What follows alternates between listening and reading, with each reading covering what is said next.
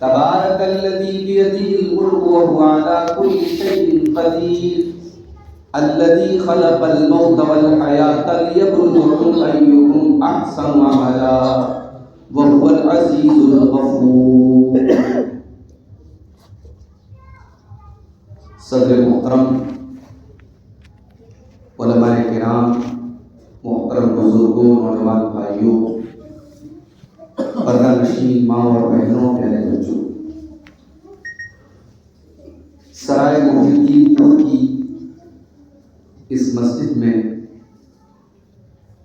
پچھلے کئی سالوں سے اس سالانہ پروگرام میں شرکت کا موقع اللہ کی توفیق سے مل رہا ہے، اور ہر بار تھوڑی آنے میں تاخیر بھی ہو جاتی ہے، اور ہمارے امام صاحب ہم سے ہر بار یہ کہتے ہیں کہ شاید ہمارے یہاں کے بچے اپنا پرفارمنس، اپنی تقریر، اپنی نظم آپ کو سنانا چاہتے ہیں، اور ہر بار میں اس سے دیر ہو گئے۔ آج میرا ارادہ ٹرین سے آنے کا تھا، پہلے پہنچنے کا تھا، لیکن واپسی کی جو کہ آج کل کوہرے کا ٹائم شروع ہو چکا ہے، واپسی کی ساری ٹرینیں بہت زیادہ تاخیر سے تھی، تو مجھے کار سے آنے کی ترتیب بنانی پڑی، اور اس لیے تھوڑی سی آنے میں تاخیر ہوئی۔ میرے بھائیوں، اس طریقے کی دینی مجلس فطروں کے اس دور میں، مادیت کے اس دور میں، جب ہر انسان دنیا کا ہر کام اپنے دنیاوی نفع اور نقصان کے حساب سے کرتا ہے، ایک انسان دوسرے انسان سے اگر میٹھا بول رہا ہے تو اس کے پیچھے بھی کوئی دنیاوی مفاد ہوتا ہے آپ کو۔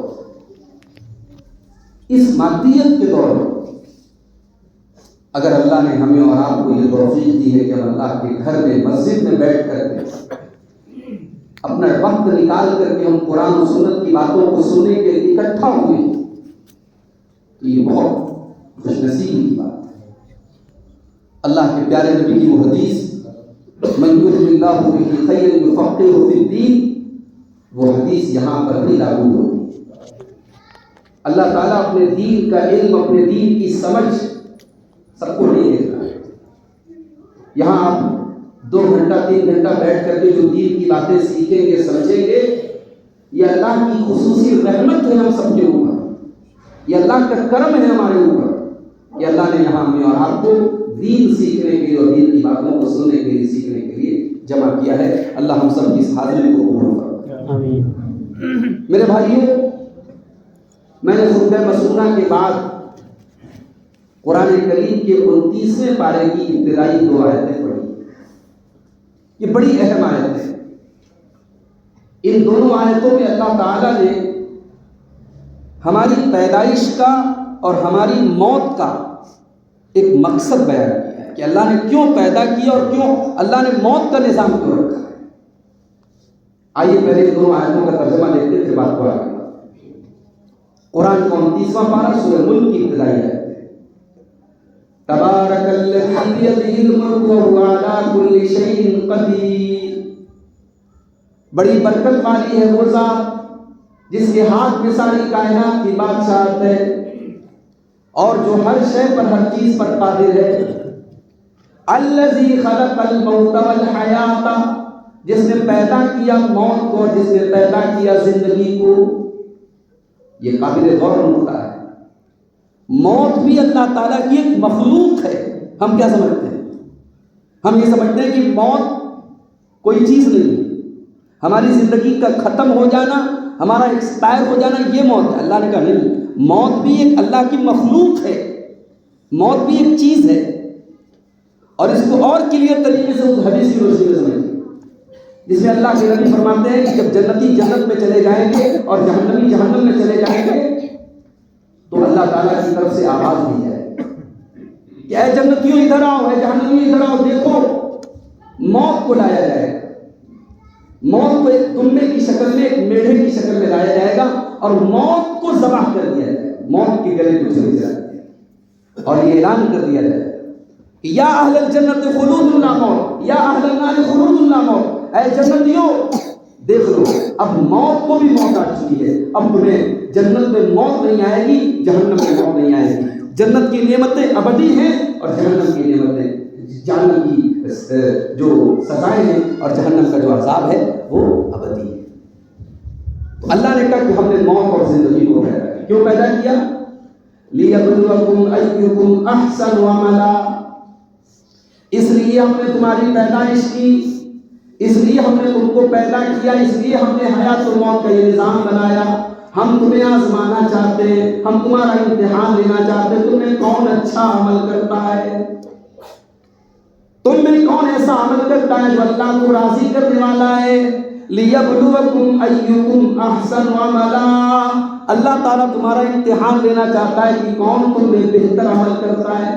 اللہ نے یہ نہیں کہا زیادہ عمل کون کرتا ہے، یہ بھی قابل غور چیز ہے۔ اللہ کیا کوانٹٹی نہیں دیکھی جائے گی، اللہ کیا کوالٹی دیکھی جائے گی۔ اسی لیے اس آیت کی تفسیر میں بعض صحابہ کرام اور بعض تابعین سے یہ منقول ہے کہ اس آیت کی تفسیر میں انہوں نے کہا کہ اللہ کو کون سا عمل پسند ہے؟ اخلصہ و اصفہ، اللہ کو وہ عمل پسند ہے جو خالص ہو، پیور ہو اور صحیح۔ اللہ کو وہ عمل پسند ہے جس میں کسی اور کو شریک نہ کیا گیا ہو، کوئی ریاکاری نہ ہو، کوئی دکھاوا نہ ہو، اور اللہ کو وہ عمل پسند ہے جس عمل کے اوپر شریعت کی مہر لگی ہو، جس پر قرآن و سنت کی مہر لگی ہو۔ اور یہی وہ دو چیزیں ہیں جو سورہ کہف کی آخری آیت میں اللہ نے فرمائی کہ فَمَنْ كَانَ يَرْجُو لِقَاءَ رَبِّهِ فَلْيَعْمَلْ عَمَلًا صَالِحًا وَلَا يُشْرِكْ بِعِبَادَةِ رَبِّهِ أَحَدًا، کہ جو اپنے رب سے ملاقات کرنا چاہتا ہے، جو جنت میں جانا چاہتا ہے، وہ دو کام کر لے۔ پہلا کام یہ کرے کہ جو عمل کرے وہ نیک عمل کرے اور اپنے رب کے ساتھ کسی کو شریک نہ کرے۔ میرے بھائیوں، ہم اور آپ اس دنیا میں امتحان دینے کے لیے آئے ہیں۔ ہماری زندگی کا ایک ایک لمحہ امانت ہے۔ یہاں ہم اپنی مرضی کے مالک نہیں، جیسے چاہے ویسے زندگی گزار لیں۔ اللہ تعالیٰ کی نظر ہے ہمارے اوپر۔ دنیا میں آج ہم دیکھتے ہیں جگہ جگہ کیمرے لگے ہوتے ہیں، بڑے بڑے شو روم میں، بڑی بڑی دکانوں میں کیمرے لگے۔ کیوں لگے بھائی؟ ان کیمروں کا نام ہی ہے CCTV کیمرہ، ان کیمروں کا نام ہے سیکیورٹی کیمرہ۔ وہ کیمرے دنیا والوں کو یہ میسج دیتے ہیں کہ صاحب یہ کیمرہ لگا ہے، یا کرائم نہیں کر سکتے، یا جرم نہیں کرو گے تو پکڑ میں آ جاؤ۔ اللہ تعالیٰ نے بھی ایک سرویلانس سسٹم ہمارے اوپر بٹھایا ہے، اور یہ جو سرویلانس سسٹم اللہ نے بٹھایا ہے یہ اللہ کا بٹھایا ہے، اس میں کبھی کوئی خرابی آنے والی ہے۔ دنیا کے کیمرے تو خراب بھی ہو سکتے ہیں، دنیا کا سیکورٹی سسٹم خراب ہو سکتا ہے، دنیا کے کیمروں کی ریکارڈنگ برباد ہو سکتی ہے، لیکن اللہ کی ریکارڈنگ وَإِنَّ عَلَيْكُمْ لَحَافِظِينَ كِرَامًا كَاتِبِينَ يَعْلَمُونَ مَا تَفْعَلُونَ۔ میرے بندو، ہم نے تمہارے اعمال کو ریکارڈ کرنے کے لیے، تمہارے ایک ایک عمل کو ریکارڈ کرنے کے لیے ہم نے تمہارے اوپر کرامن کاتبین کو مقرر کر دیا ہے، جو تمہارے ایک ایک عمل کو ریکارڈ کر رہے ہیں، ایک ایک عمل کو لکھ رہے ہیں۔ مَا يَلْفِظُ مِن قَوْلٍ إِلَّا لَدَيْهِ رَقِيبٌ عَتِيدٌ۔ میرے بندو، تم اپنی زبان سے جو الفاظ نکالتے ہو، ایک ایک لفظ اللہ کا فرشتہ ریکارڈ کر رہا ہے، ایک ایک لفظ کو لکھا جا رہا ہے، ایک ایک لفظ کو نوٹ کیا جا رہا ہے۔ ہماری ایک ایک ایکٹیویٹی ریکارڈ ہو رہی ہے، اور قیامت کے دن یہ ریکارڈنگ کھل جائے گی۔ وَوُضِعَ الْكِتَابُ فَتَرَى الْمُجْرِمِينَ مُشْفِقِينَ مِمَّا فِيهِ وَيَقُولُونَ يَا وَيْلَتَنَا مَا لِهَٰذَا الْكِتَابِ لَا يُغَادِرُ صَغِيرَةً وَلَا كَبِيرَةً۔ قیامت کے دن جب بندوں کی کتاب رکھی جائے گی، جب ان کا نام اعمال رکھا جائے گا، اور جو مجرم لوگ ہوں گے، جو اللہ کے نافرمان ہوں گے، وہ اپنے نام اعمال کو دیکھ کر کے ڈر جائیں گے اور کہیں گے اے اللہ، ہائے ہماری بربادی، یہ کیسی کتاب ہے۔ ما لہٰذا الکتاب لا یغادر صغیرۃ ولا کبیرہ، اس کتاب کے اندر، اس نام اعمال کے اندر چھوٹے سے چھوٹا عمل بھی ریکارڈ کر لیا گیا اور بڑے سے بڑا عمل بھی ریکارڈ کر لیا گیا۔ یہ اللہ کا ریکارڈنگ سسٹم ہے، اور یہ جو ریکارڈنگ سسٹم ہے، اس میں صرف ہماری کرتوت ریکارڈ نہیں ہو رہی، اس میں اللہ نے کچھ گواہوں کو بھی بنایا ہے۔ قیامت کے دن ہو سکتا ہے ہم انکار کر دیں، ہم نے یہ کام نہیں کیا، یہ عمل ہم نے نہیں کیا، اللہ نے کچھ گواہ بھی رکھے۔ وہ گواہ کون سے؟ حَتَّى إِذَا مَا جَاءُوهَا شَهِدَ عَلَيْهِمْ سَمْعُهُمْ وَأَبْصَارُهُمْ وَجُلُودُهُمْ بِمَا كَانُوا يَعْمَلُونَ۔ کل قیامت کے دن تمہارے کان تمہارے خلاف گواہی دیں گے، تمہاری آنکھیں تمہارے خلاف گواہی دیں گی، اور تمہارے بدن کے چمڑے تمہاری اسکن تمہارے خلاف گواہی دیں گی۔ وَقَالُوا لِجُلُودِهِمْ لِمَ شَهِدتُّمْ عَلَيْنَا، اور انسان کہے گا کہ اے میری چمڑی، اے میرے بدن کی توچا، اے میری اسکن، تو کیسے بولنے لگی، تو کیسے گواہی دینے لگی؟ قَالُوا أَنطَقَنَا اللَّهُ الَّذِي أَنطَقَ كُلَّ شَيْءٍ، انسان کی چمڑی کہے گی کہ آج اللہ نے کو بولا سکھایا۔ تو ہم اللہ تبارک و تعالیٰ کے سربراہ سسٹم میں زندگی گزارا ہے، اور ہمارے بدن کا چمڑا، ہماری آنکھیں، ہمارے کان تو گواہی دیں گے ہی دیں گے، زمین بھی گواہی دے گی۔ اذا زلزلت الارض زلزالها واخرجت الارض اثقالها وقال الانسان ما لها يومئذ تحدث اخبارها، زمین بولے گی، زمین بتائے گی، جس زمین پر ہم نے نیکی کے کام کیے، جس زمین پر ہم نے پاپ کیے، وہ زمین، وہ دھرتی بولے گی، وہ زمین گواہی دے گی۔ آج انسان دنیا میں اپنی امیج کو بڑھانے کے لیے کیا کرتا ہے؟ ہمارا نوجوان اپنے سوشل میڈیا پہ اپنے فوٹوز ڈالتا، ہماری بہنیں اپنی تصویریں ڈالتی، لوگ دیکھتے مجھے کتنے لوگوں نے لائک کیا، مجھے کتنے لوگوں نے پسند کیا، میری پوسٹ پر کتنے لوگوں نے کمنٹ کیا۔ کاش کہ ہمیں اس بات کی فکر ہو جائے کہ اللہ ہمیں کتنا لائک کر رہا ہے، ہماری کون سی ایکٹیویٹی، ہمارا کون سا عمل اللہ کو پسند ہے اور کون سا ناپسند ہے، تو شاید ہم کامیاب ہو جائیں گے۔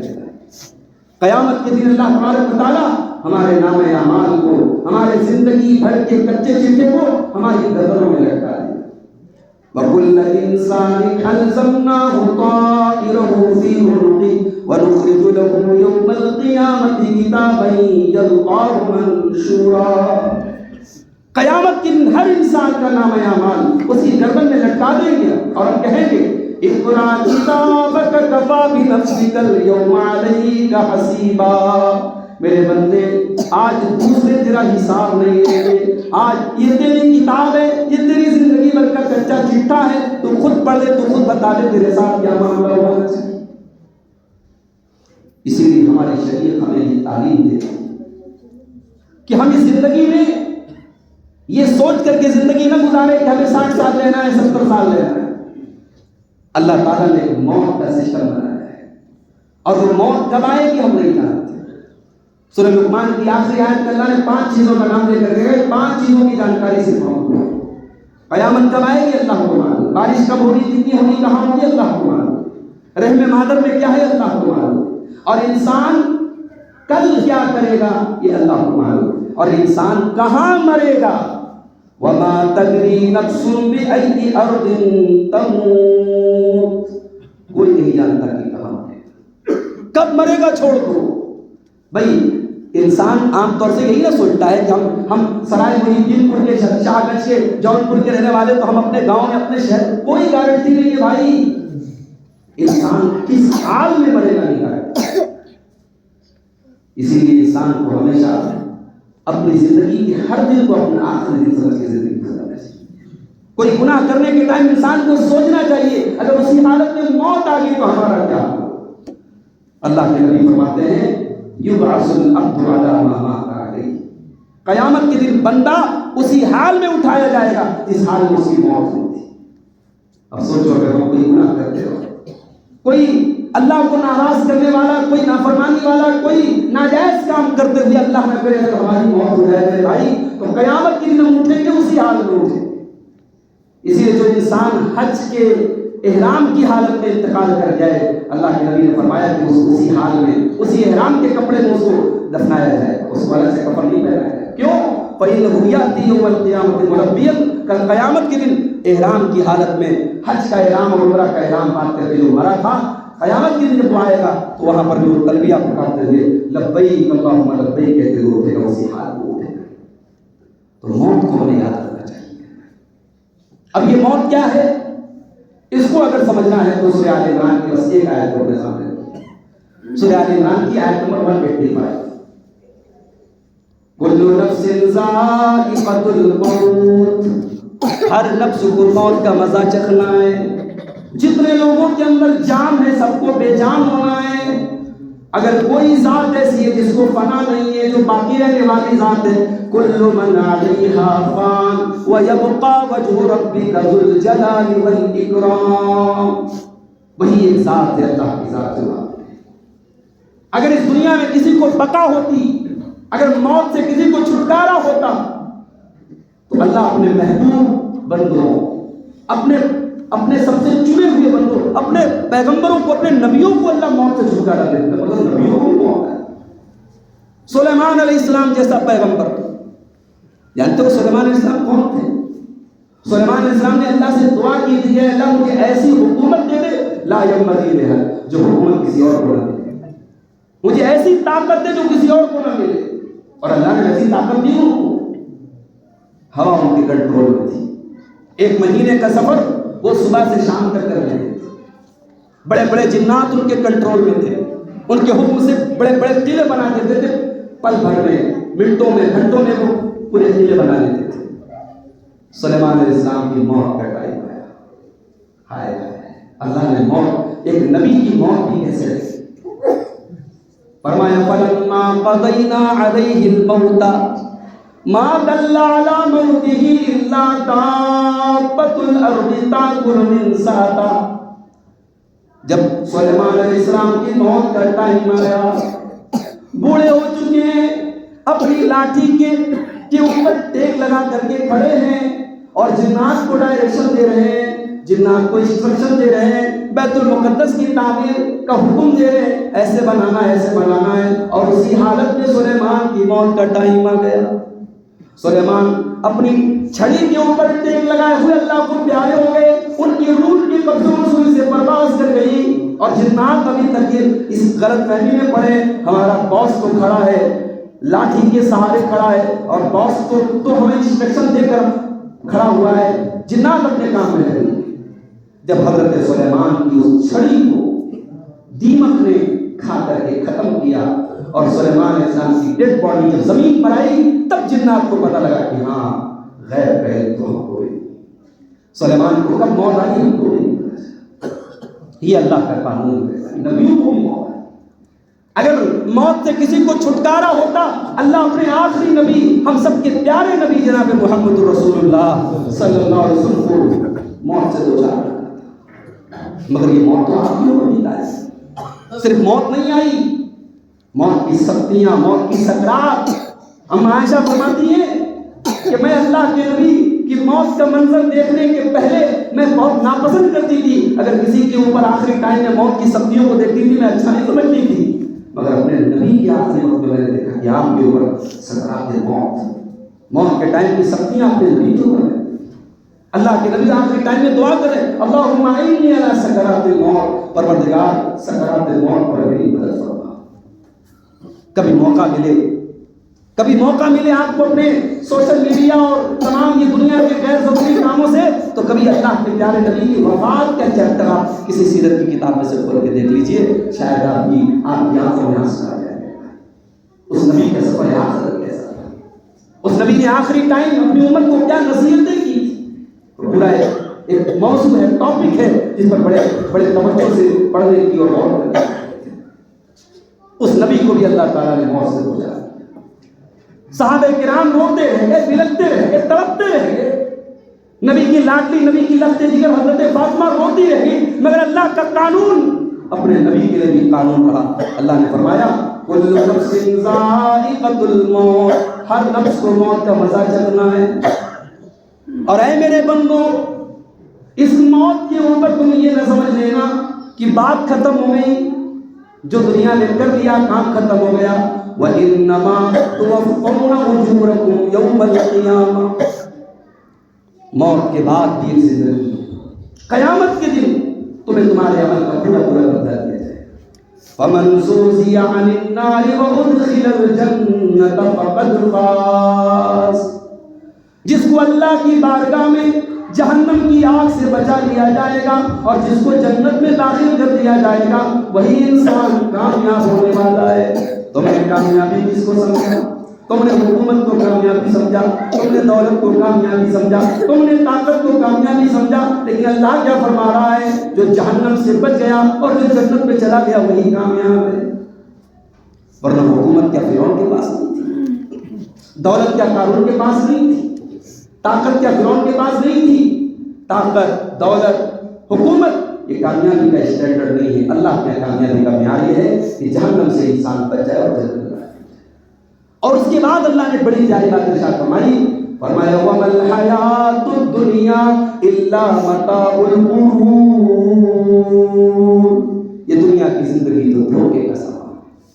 دنیا تو بے وفا ہے، دنیا تو دھوکے باز ہے. دنیا نے کس کے ساتھ دھوکا؟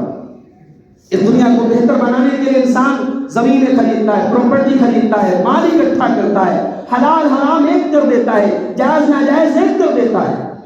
اور جس دن موت آتی ہے ساری پراپرٹی دوسروں کی ہوگی، سارا بینک بیلنس دوسروں کے ہاتھ میں چلا گیا.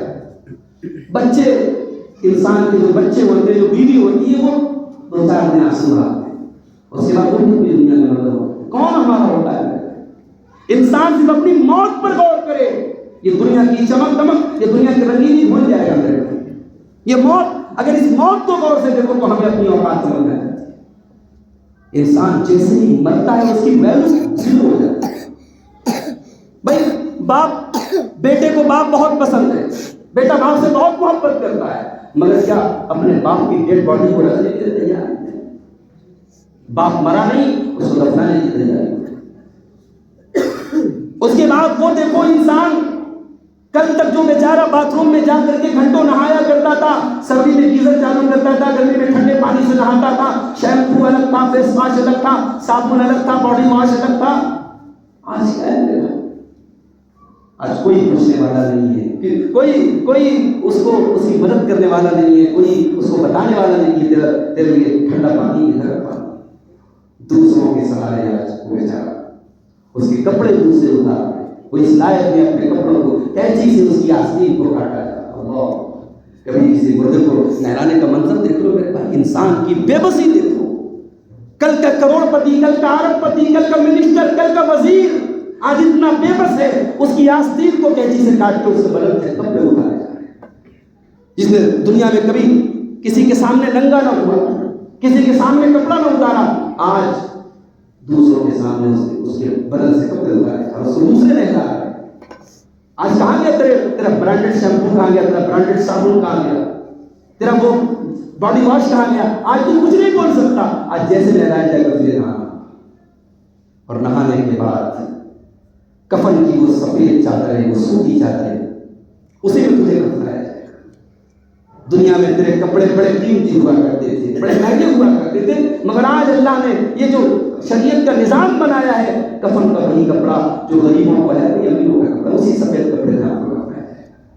اور یہ کفن کا کپڑا بغیر سلا کپڑا ہے، اس میں کوئی پاکٹ نہیں ہے. یہ بتا رہا ہے تیری اوقات کیا ہے، تو بغیر سلے کپڑے میں چند کپڑوں میں تجھے رکھنا ہے. اور کفنا کر کے 4 لوگوں کے کندھے پہ جنازے کی شکل میں قبرستان جانا ہے. اور قبرستان جب جاتا ہے مٹی دے کر کے ویسے ہاتھ جھاڑتے ہیں. یہ ایسے ہاتھ جھاڑنے کا مطلب سمجھتے ہو؟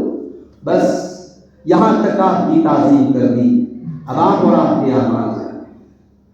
بیٹا بہت محبت کرتا تھا باپ سے، بیوی بہت محبت کرتی تھی شوہر سے، باپ بہت محبت کرتا تھا اولاد سے. اس قبر کی تاریخی میں کوئی کام آنے والا نہیں.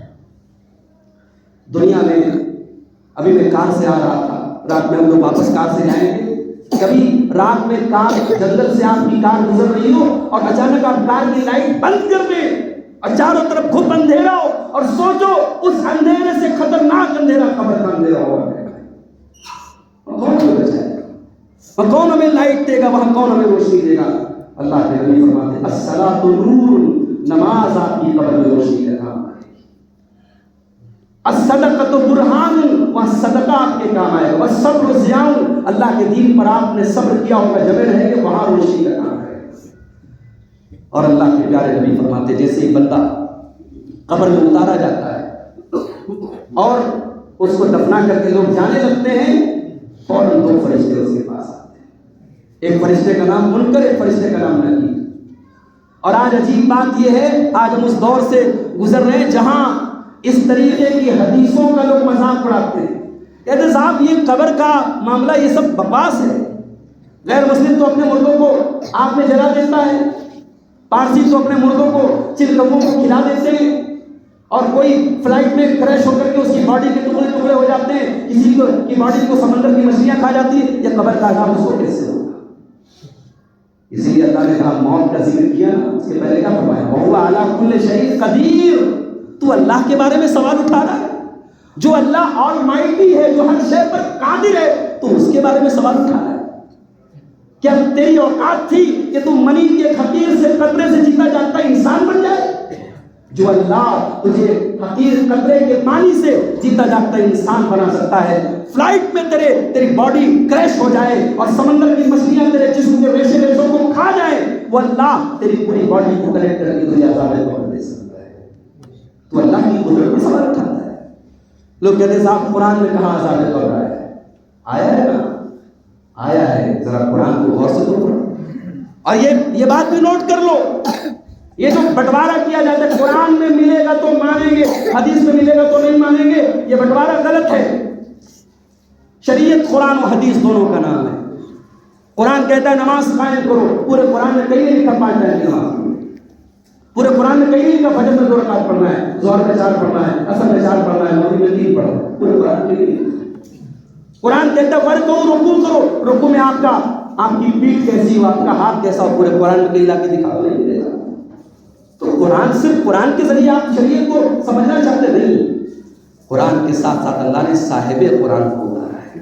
یتلو علیہم آیاتہ، اس نبی کا مشن تھا قرآن کو پڑھنا، ویزکیہم، اور لوگوں کو پاک اور صاف کرنا، ویعلمہم الکتاب والحکمہ، اور قرآن و حدیث کی تعلیم دینا. اس نبی کی سیرت اور اس نبی کی سنت کے بغیر قرآن کو نہیں سمجھ سکتے میرے بھائی. اور جن لوگوں نے سمجھنے کی کوشش کی انہوں نے بہت ٹھوکر کھائی. ارے جب اللہ کے پیارے نبی نماز میں دعائیں کیا کرتے تھے اللہم انی اعوذ بک من عذاب القبر، تو بات ختم. میرے نبی نے دعا کی ہے کہ اے اللہ میں قبر کے فتنے سے، قبر کے عذاب سے تیری پناہ چاہتا ہوں. بس یہ بات ختم ہونا چاہیے. اس کے بعد آپ سوال اٹھا رہے ہیں قرآن میں لکھا. تو آئیے ہم قرآن میں آپ کو دکھاتے ہیں. اللہ فرماتا ہے وَحَاقَ بِآلِ فِرْعَوْنَ سُوءُ الْعَذَابِ. فرعون کے ماننے والوں کو، فرعون کی آل و اولاد کو، فرعون کے چلوں اور چمچوں کو بہت بڑے عذاب نے گھیر لیا. النار یعرضون علیہا غدوا وعشیا. اور فرعون کے ماننے والوں کو صبح شام آگ کا عذاب دیا جا رہا ہے. ویوم القیامۃ ادخلوا آل فرعون اشد العذاب. اور قیامت کے دن کہا جائے گا کہ آل فرعون کو اور بڑے عذاب میں ڈال دو. یہ کون سا عذاب ہے جو آل فرعون کو صبح شام دیا جا رہا ہے؟ یہ وہی قبر کا عذاب ہے. یہ وہی قبر کا عذاب ہے. قرآن کا 29واں پارہ کھولو. اللہ تعالیٰ حضرت نوح علیہ السلام کی قوم کے بارے میں فرماتا ہے مما خطیئاتہم اغرقوا فادخلوا نارا. نوح علیہ السلام کی قوم کے لوگوں نے بہت نافرمانی کی، بہت گناہ کیے. اپنے گناہوں کی وجہ سے اللہ تعالیٰ نے ان کو طوفان کے اندر ڈبا کر کے مار دیا. اغرقوا، ان کو ڈبا کر کے مار دیا. فادخلوا نارا، اس کے بعد وہ آگ میں ڈالے گئے. کون سی آگ میں ڈالے گئے؟ یہی قبر کے عذاب میں ڈالے گئے. تو قبر کا عذاب قرآن سے ثابت ہے. اور یہ بات بھی یاد رکھو کہ قبر میں عذاب بھی ہوگا اور قبر میں نعمتیں بھی ملیں گی. جیسا انسان کا عمل ہوگا، جیسا انسان کا عقیدہ ہوگا، عذاب کے لائق ہوگا تو عذاب ملے گا، نعمت کے لائق ہوگا تو نعمت.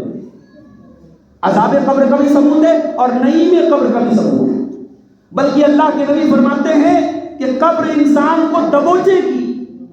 ان للقبر ضبطۃ، قبر انسان کو دبوچے گی.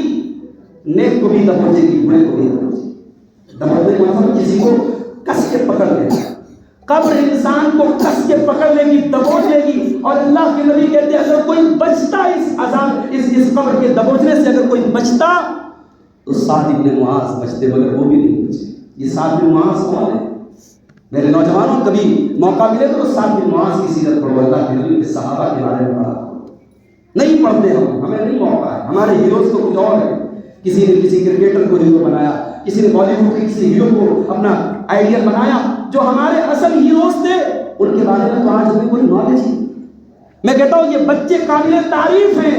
یہ ہمارے امام صاحب کی محنت قابل تعریف ہے. کم سے کم یہ بچے کل جوان ہوں گے دین کی موٹی موٹی باتیں ان کو معلوم ہوگی. آج ہماری نوجوان نسل کا یہ عالم ہے کہ آپ صحابہ کے بارے میں، نبی کے بارے میں، اسلام کے بارے میں موٹے موٹے سوالات کر لیں، 100 میں 90 لوگ آپ کو جواب نہیں دے پائیں. اللہ کے رسول کے بارے میں بنیادی باتیں، بیسک باتیں آپ پوچھ لیں، 100 میں 90 لوگ جواب نہیں دے پائیں گے. ہماری قوم کا دین نالج کا معیار اس حد تک گر چکا ہے. اور لڑکیوں کا معاملہ تو اللہ خیر کرے، ہمارے عورتوں کا معاملہ تو اور ہونا ہے. ایک زمانے میں علماء کے فتوے رہے کہ صاحب عورتیں مسجد میں نہیں جا سکتی، عورتوں کا مسجد میں جانا حرام ہے. ابھی بھی وہ رواج چلا رہا ہے. یہ الگ بات ہے، اب دھیرے دھیرے بندھن کھل رہا ہے. اب کہیں کہیں سے چھوٹی چھوٹی آوازیں آ رہی کہ نہیں، اب جو ہے حالات بدل گئے، اب عورتوں کو مسجد میں جانے دینا چاہیے. اب آواز آ رہی ہے، مگر اب بہت دیر کر دی مہربان ہے، بہت دیر.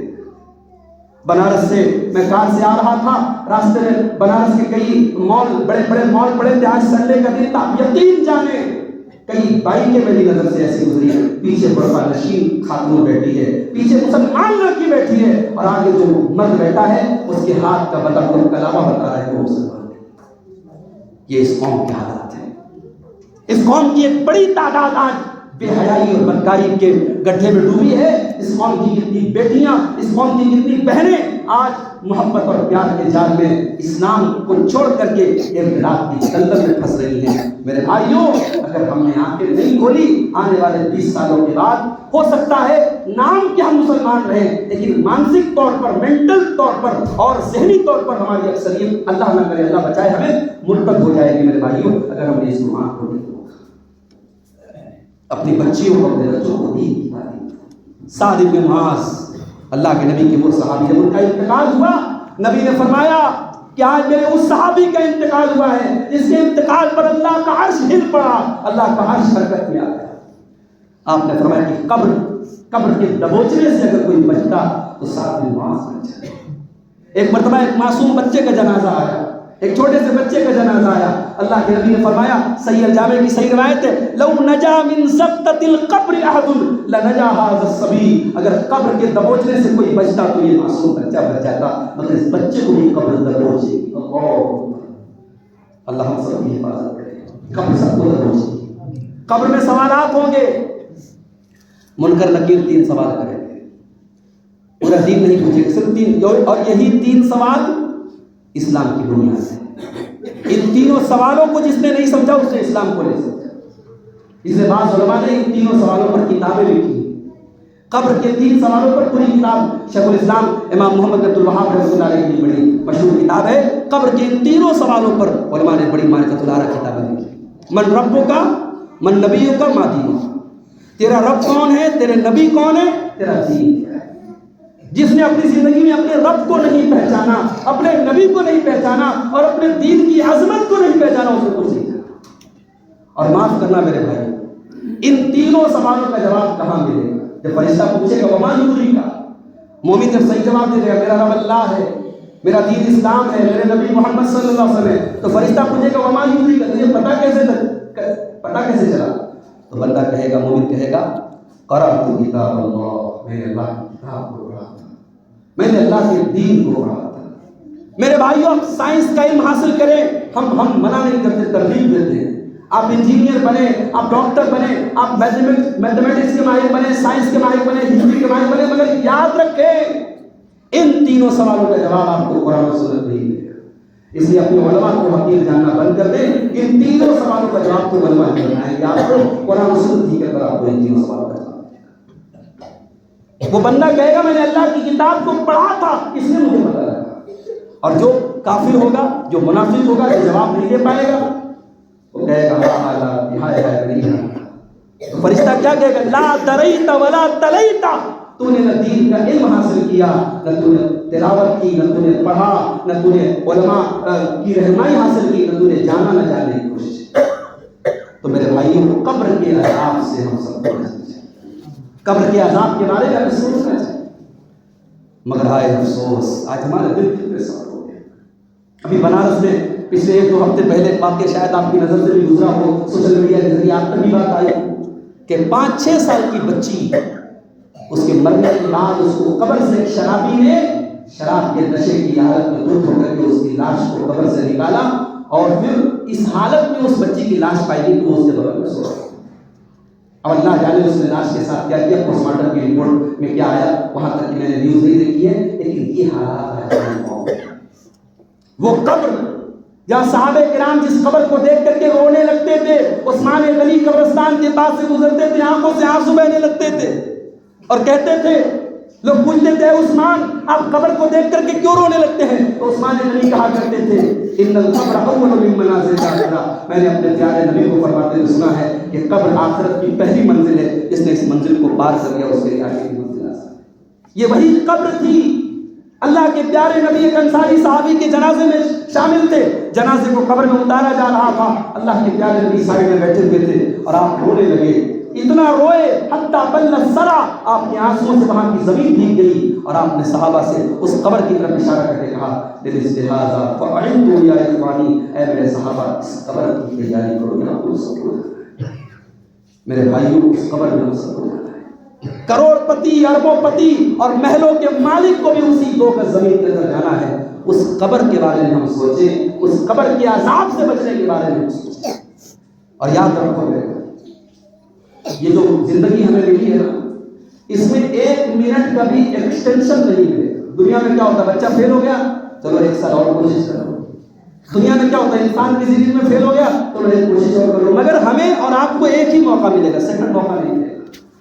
حتی اذا جاء احدهم الموت قال رب ارجعون، میرے بندے جب تیری موت کا ٹائم آتا ہے، بندہ کہتا ہے اللہ مجھے ایک بار اور تو دنیا میں دوبارہ لوٹا دے، لعلی اعمل صالحا فیما ترکت، اے اللہ میں وعدہ کرتا ہوں اپنی ساری غلطیوں کو سدھار دوں گا، اے اللہ اب تو نے ایک موقع اور دے دیا، میں ایک عمل کروں گا، تجھے راضی کرنے والا عمل کروں گا۔ اللہ فرمائے گا کلا انہا کلمۃ هو قائلها ومن ورائہم برزخ الی یوم یبعثون، اللہ کہے گا نہیں ایک چانس ملے گا تجھے، اور وہ مل چکا، اب آج تجھے دوسرا چانس ملے گا۔ میرے بندے تو کہہ رہا ہے کہ اے اللہ ایک چانس اور دے دے، ہم تجھے ایک چانس اور دیں گے، ہمیں پتا ہے تم پھر وہی حرکت کرے گا، تو تجھے جو چانس ملنا تھا مل گیا، اب تجھے دنیا میں دوبارہ لوٹنے کا موقع ہے۔ ہمارے یہاں جو ایک تصور ہے نا، ابھی راستے میں ایک ساتھ بات کر رہے تھے کہ ایک جملہ ہم لوگ بولتے ہیں کہ فلانے کی موت بے موت مر گیا، بولتے ہیں ایسا بے موت مر گیا، غلط، ایسا نہیں بولنا چاہیے، کوئی بے موت نہیں مرتا ہے، موت اپنے ٹائم پر ہے۔ ہمیں لگتا ہے بے موت مرتا، کوئی بے موت نہیں مرتا ہے، ہمیں لگتا ہے جس نے سوسائڈ کر لیا اس کی آتما بھٹکتی ہے، اس کی روح بھٹکتی ہے، یہ بکواس بات ہے۔ یہ بالی ووڈ کی فلموں نے اور سیریلوں نے یہ تصور پیدا کیا کہ بھائی خودکشی کرنے والے اور سوسائڈ کرنے والے کی روح بھٹکتی ہے، روح نہیں بھٹک سکتی۔ اللہ تعالیٰ نے نیک لوگوں کی روح کے لیے ایک الگ جگہ رکھی ہے اور برے لوگوں کی روح کے لیے ایک الگ جگہ رکھی ہے۔ نیک لوگوں کی روح کہاں جائے گی؟ علیون میں جائے گی، اور برے لوگوں کی روح کہاں جائے گی؟ سجین میں جائے گی۔ اور یہ جو دنیا ہے جہاں روح کے ساتھ یہ سارا معاملہ ہوگا، اس دنیا کا نام عالم برزخ ہے۔ برزخ مینس بیریئر، برزخ کا مطلب 2 چیزوں کے بیچ میں جو آڑ ہوتی ہے، جو رکاوٹ ہوتی ہے، اس کو بیریئر کہا جاتا ہے۔ تو دنیا اور آخرت کے بیچ میں وہ بیریئر ہے، جو عالم برزخ میں ہے اس کو کیا تکلیف ہو رہی ہے، اس کو کیا مزہ مل رہا ہے، ہم نہیں، اس کا احساس ہم نہیں کر سکتے۔ اور اگر ہم احساس کرتے، اللہ کے نبی فرماتے ہیں اگر عذاب قبر کی آواز اللہ تم کو سنا دیتا تو تم اپنے مردوں کو دفنانا بند کر دیتے، نبی کو منظر دکھائے گئے۔ اس لیے اللہ کے نبی اپنے صحابہ سے کہا کرتے تھے جو میں جانتا ہوں اگر تم جان لو لَذَهِبْتُمْ قَلِيلًا وَلَبَقَيْتُمْ كَثِيرًا، تو تمہارے چہرے سے ہنسی غائب ہو جائے گی اور رات دن تم رویا کرو گے، تمہیں آنسو آئیں گے۔ جو عذاب قبر کا منظر میں نے دیکھا ہے، مجھے اللہ کو پسند دکھایا ہے۔ تو میرے بھائیوں، میری ماں اور بہنوں، عذاب قبر سے بچنے کی فکر کرو۔ اور ایک حدیث میں اللہ کے نبی کی وہ حدیث بھی اپنے سامنے ہمیں رکھنی چاہیے کہ 2 ایسے گناہ تھے جو بڑے معمولی تھے ہماری نظر میں۔ اللہ کے نبی قبرستان کے پاس سے گزرے، 2 قبروں کے پاس سے گزرے، آپ نے کہا کہ ان 2 قبر والوں کو عذاب ہو رہا ہے۔ کس گناہ کی وجہ سے عذاب ہو رہا ہے؟ آپ نے فرمایا کسی بڑے گناہ کی وجہ سے عذاب نہیں ہو رہا ہے۔ یعنی عوام کی نظر میں، لوگوں کی نظر میں وہ گناہ بڑا نہیں ہے، مگر اللہ کی نظر میں اتنا بڑا ہے کہ قبر میں عذاب ہو رہا ہے۔ پہلا گناہ اما احدهما فكان لا يستتر من بوله، اس میں سے ایک انسان جو تھا یہ پیشاب کرنے کے ٹائم پردہ نہیں کرتا تھا۔ پیشاب کرنے کے کئی راستے میں کھڑا ہوا، پینٹ کی زپ کھولا، پیشاب کرنے لگا، یہ کتوں اور گدھوں کا طریقہ ہے، یہ انسان کا طریقہ نہیں ہے۔ اللہ کے نبی قضائے حاجت کے لیے پیشاب اور پخانہ کے لیے کبھی جاتے تھے تو دور جاتے تھے، اور جب تک آپ زمین کے بالکل قریب نہ جاتے تھے آپ اپنا تیمم نہیں اٹھاتے تھے، پردے کا اہتمام فرماتے تھے۔ اس لیے پیشاب کرنے کے ٹائم اور قضائے حاجت کے ٹائم جو بے پردگی کرتا ہے اس کو عذاب قبر ہوگا۔ اور ایک حدیث میں آتا ہے لا یستنزہ من البول، یہ عذاب کیوں ہو رہا ہے؟ یہ پیشاب کے قطروں سے بچا نہیں کرتا تھا۔ جو پیشاب کے قطروں کے معاملے میں لاپرواہی کرے گا اور پیشاب کہیں بھی کرے گا اور کپڑوں پر پڑے بدن میں پڑے اس کی کوئی پرواہ نہیں کرے گا، اس کو عذاب قبر ہوگا۔ اور دوسرا کون ہوگا؟ وہ اما الآخر فکان یمشی بالنمیمہ، اور دوسرا انسان جس کو عذاب قبر ہو رہا ہے، اللہ کے نبی فرماتے ہیں کہ وہ چغل خور تھا، چغل خور تھا۔ اور چغل خور کس کو کہتے ہیں؟ چغل خور اس کو کہتے ہیں کہ اگر میرا کسی سے جھگڑا ہے تو میری بات آپ اس کو پہنچا رہے، اس کی بات مجھے پہنچا رہے، بات سچی ہے تب بھی ادھر کی بات ادھر کرنے والا چغل خور ہے، اور ایسا سچ بولنے والا بھی اللہ کی نظر میں لعنتی ہے اور عذاب قبر کا حقدار۔ اور اگر دو لوگوں کے بیچ میں جھگڑا ہو جائے، دو بھائیوں کے بیچ میں جھگڑا ہو جائے اور اس جھگڑے کو مٹانے کے لیے اگر جھوٹ بھی بولنا پڑے تو شریعت کی نظر میں جھوٹ بولنا بہت بڑا گناہ ہے، مگر دو لوگوں کے جھگڑے کو مٹانے کے لیے اگر جھوٹ بھی بولنا پڑے، اللہ کے نبی فرماتے ہیں لیس الکذاب الذی یصلح بین الناس، لوگوں کے درمیان صلح کرانے والا جھوٹا نہیں ہے۔ وہاں جھوٹ بول کر کے آپ دو لوگوں کے دلوں کو ملا رہے ہیں تو جھوٹ بولنا جائز ہے، اور جہاں دو لوگوں کے بیچ میں نفرت کی آگ پیدا کر رہے ہیں اور جلدی میں تیل کا کام کر رہے ہیں، وہاں آپ کا سچ بولنا بھی حرام ہے۔ تو چغل خور، میری مائیں بہنیں کان کھول کر کے سن لیں، چغل خوری کرنا، غیبت کرنا اور ادھر کی باتیں ادھر کرنا، یہ اتنا بڑا گناہ ہے کہ عذاب قبر ہوتا ہے۔ تو میرے بھائیوں، ہمیں اس قبر کے عذاب کے بارے میں سوچنا چاہیے، اس برزخ کی زندگی کے بارے میں سوچنا چاہیے جہاں ہمارے کوئی کام نہیں ہے، اور پھر اس کے بعد جو آخرت کی زندگی ہے، کہ جو قیامت کے دن کی سختیاں ہیں، وہ ایک الگ منظر ہے، ایک الگ موضوع ہے، اس پر پھر کبھی انشاءاللہ بات کریں گے۔ قیامت کے دن کی جو سختیوں کا مسئلہ ہے اور کوئی ہمارے کام نہیں ہے۔ یوم یفر المرء من اخیہ، بھائی بھائی کو دیکھ کے بھاگے گا، وامہ وابیہ، اولاد ماں باپ کو دیکھ کے بھاگے گا، وصاحبتہ وبنیہ، شوہر بیوی کو دیکھ کے بھاگے گا، کوئی کسی کے کام نہیں آئے گا۔ وہاں رشتے ختم ہو جائیں گے، وہاں لوگوں کی دوستیاں ختم ہو جائیں گی، وہاں آپ کا ایمان، آپ کا تقویٰ، آپ کا کردار، آپ کا کیریکٹر آپ کے کام آئے گا۔ تو میرے بھائیوں، اس دنیا میں آپ دنیا کو بہتر بناؤ۔ دنیا کمانا برا نہیں ہے، دنیا کو بہتر بنانا برا ہے، مگر دنیا کے پیچھے اندھے ہو جانا، عذاب قبر کو بھول جانا، برزخ کو بھول جانا، آخرت کو بھول جانا، یہ برا ہے۔ اسی لیے اللہ کے نبی اپنی امت کے بارے میں کہا کرتے تھے مل فقر اخشا علیکم، اے میری امت کے لوگوں، مجھے تمہارے بارے میں فقر و فاقہ کا ڈر نہیں ہے، مجھے یہ ڈر نہیں ہے کہ تم غریب ہو جاؤ گے، ولیکن اخشا علیکم ان تبسط علیکم الدنیا، مجھے ڈر اس بات کا ہے کہ کہیں یہ دنیا تمہارے اوپر پھیلا نہ دی جائے، دنیا تمہارے اوپر کشادہ نہ کر دی جائے، اور تم دنیا کو حاصل کرنے کے لیے ایک دوسرے سے لڑائی نہ کرنے لگو، جھگڑا نہ کرنے لگو، اور دنیا تم کو اسی طریقے سے ہلاک نہ کر دے جیسے پہلے کے لوگوں کو ہلاک کر دیا تھا۔ تو زندگی کا ٹارگیٹ میرے بھائی اور ایک آخری حدیث سنا کے بعد ختم کرتا ہوں۔ اللہ کے پیارے نبی جناب محمد رسول اللہ صلی اللہ علیہ وسلم کی یہ حدیث اتنی پیاری حدیث ہے کہ میں سمجھتا ہوں کہ ہر مسلمان کو اس حدیث کو ہمیشہ اپنے دل کے کونے میں رکھنا چاہیے، ہمیشہ زندگی میں کوئی بھی کام کرے یہ حدیث آپ کے سامنے ہونا چاہیے۔ اللہ کے نبی فرماتے ہیں من کانت الآخرۃ ہمہ، بڑے غور سے سنیے، من کانت الآخرۃ ہمہ، جس نے اپنی زندگی کا ٹارگٹ آخرت کو بنا لیا، جس کی زندگی کا مقصد یہ کہ میری آخرت کیسے بن جائے، جعل اللہ غناہ فی قلبہ، اللہ تعالیٰ اس کو 3 نعمتوں سے نواز دے گا، اور یہ 3 نعمتیں آج دنیا میں بہت کم لوگوں کو نصیب ہوتی۔ جعل اللہ غناہ فی قلبہ، پہلی نعمت اللہ اس کے دل کو غنی بنا دے گا۔ 1 لاکھ روپے مہینہ انسان کما رہا ہے مگر بے چین ہے، زندگی میں سکون نہیں ہے، بیوی نافرمان ہے، بچے نافرمان ہیں، گھر میں برکت نہیں ہے، پیسہ آ رہا ہے ختم ہو جا رہا ہے، اور ایک انسان 10,000 روپے کما رہا ہے، مشکل سے اپنی ضروریات کو پوری کر رہا ہے، مگر اس کی زندگی میں چین ہے، سکون ہے۔ تو یہ جو برکت ہے، یہ جو سکون ہے، یہ نمبرز کا نام نہیں ہے، یہ کیلکولیٹر پہ کیلکولیٹ کی جانے والی چیز نہیں ہے، اس کا تعلق دل سے۔ اللہ کے نبی فرماتے ہیں جو آخرت کو اپنی زندگی کا مقصد بنا لے، اللہ اس کے دل کو مالدار بنا دے۔ اور دوسری چیز وَجَمَعَ لَهُ شَمْلُهُ، اللہ اس کی الجھنوں کو حل کر دے گا، اس کی پرابلم کو حل کر دے گا، اس کی زندگی سے ٹینشن ختم ہو جائے گی۔ اور تیسری چیز وہ اتت دنیا وہی راغمۃ، دنیا چل کر کے اس کے پاس ہے، وہ دنیا سے بھاگ رہا ہے، وہ آخرت کی تیاری کر رہا ہے، مگر دنیا چل کے اس کے پاس ہے۔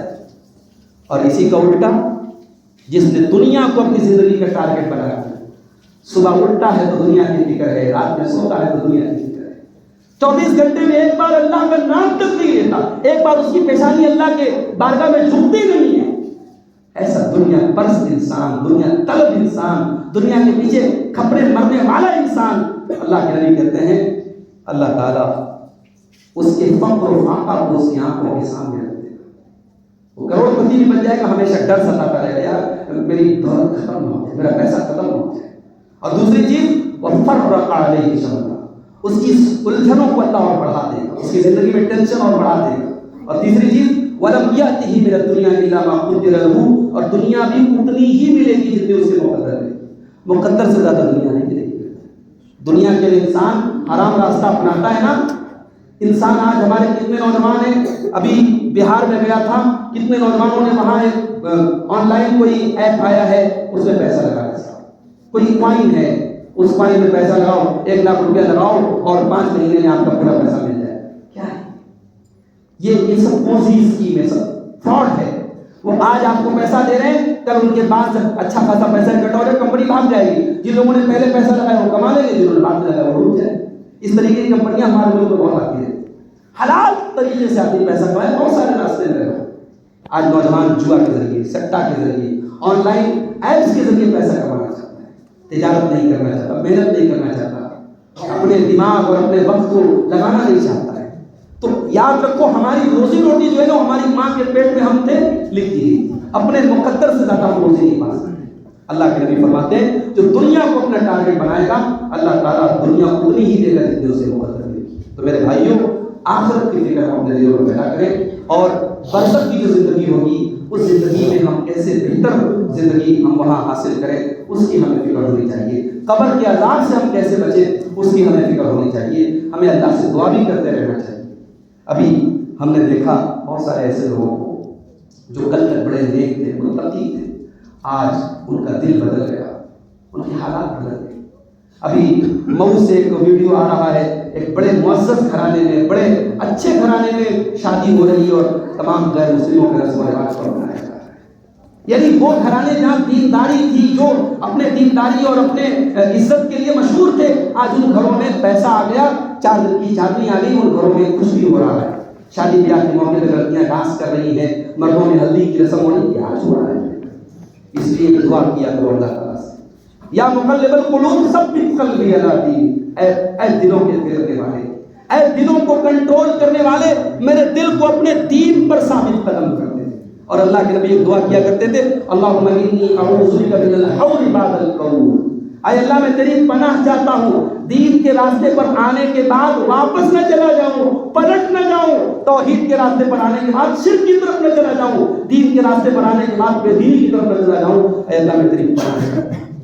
ان دعاؤں کو پڑھا کرو، دعا کیا کرو اللہ سے اللہ فتنوں سے محفوظ رکھے، فتنوں کا دور ہے اور اتنے خطرناک فتنے اس دور میں پیدا ہو رہے ہیں کہ صبح کو انسان مومن ہوتا ہے اور شام ہوتے ہوتے کافر ہو جاتا ہے۔